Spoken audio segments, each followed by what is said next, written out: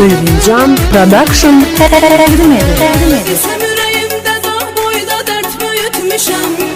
Benim yüreğimi benden alıp taşıyabilersen mi? Biz iki canlı bir yüreğdi, bize ne oldu? Şimdi gidip benden ayrı yaşayabilersen mi?